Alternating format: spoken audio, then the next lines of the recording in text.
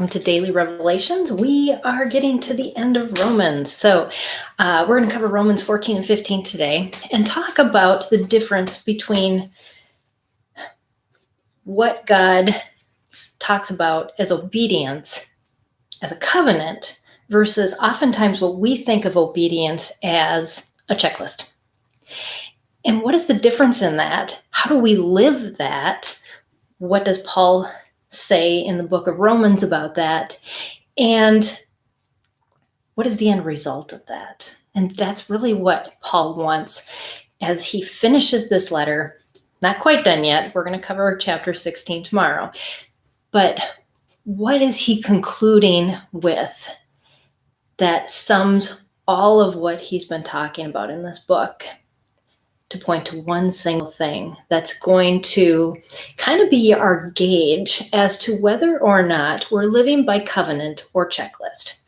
Now, God is a God of covenants, and throughout the Old Testament, the Hebrew nation was very set on covenant keeping, and that was part of their culture. Today, we don't value covenants. You know, you think about marriage and just how much people walk away from things that get hard, even though they've made an agreement publicly to say, this is what I'm going to hold to. And that is what God is saying, is I have an agreement with you. I have paid a price. Will you come into this covenant and live it out? And that's where the obedience comes in. And our obedience, as Paul talks about in Romans 14, is not always going to look like the obedience of someone else. So we can't compare. We can't say, well, God told me not to do that, but you have freedom to do that? Yes.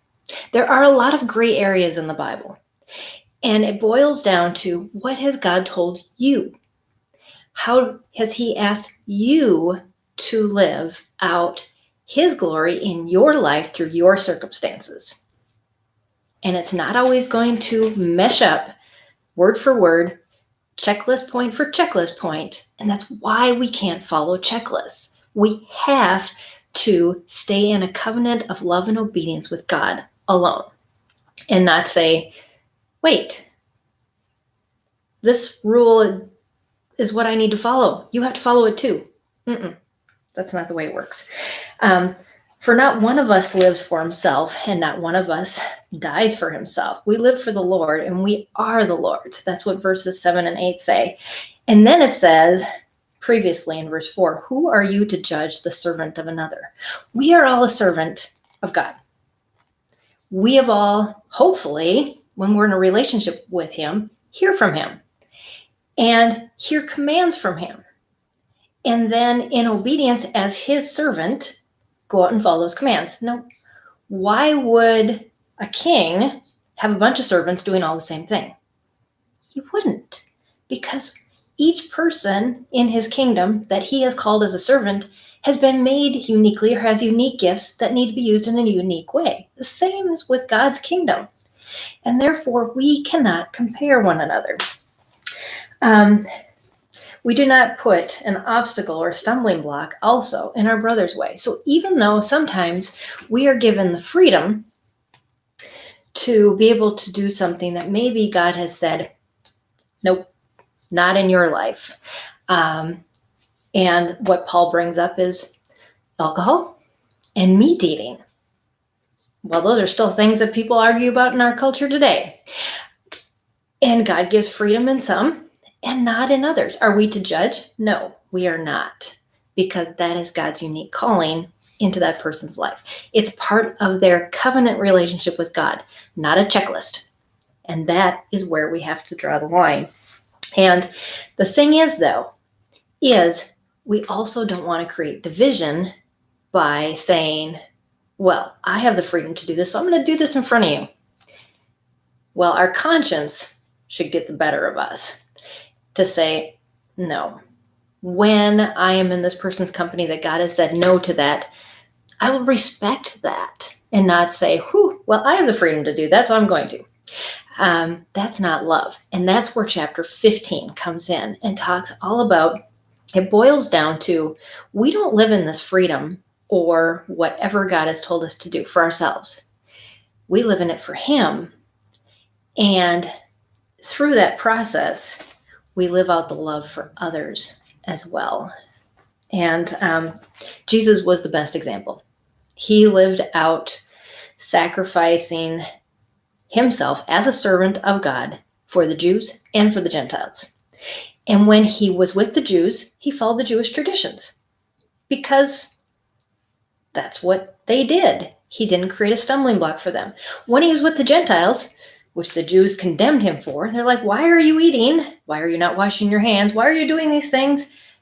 Because that wasn't their custom. It wasn't a stumbling block put in front of them to inhibit them from coming to God. He had the freedom. God didn't give him those things to say, this is what I told you to do. Yes, he was a Jew, but he healed on the Sabbath because that was not what God told him that he couldn't do. And with that obedience, in living in check with whatever group we are in, that is when God is brought the most glory.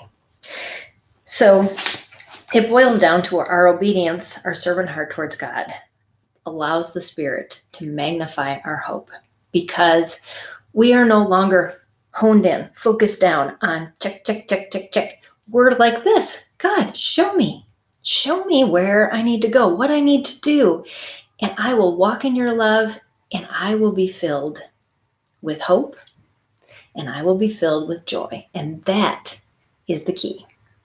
When Paul gets to the end of Romans 15, this is what he says: I'm doing all these things, I'm following God so that I may come to you. Now, remember, he wants to come to Rome. That's where he started this whole letter.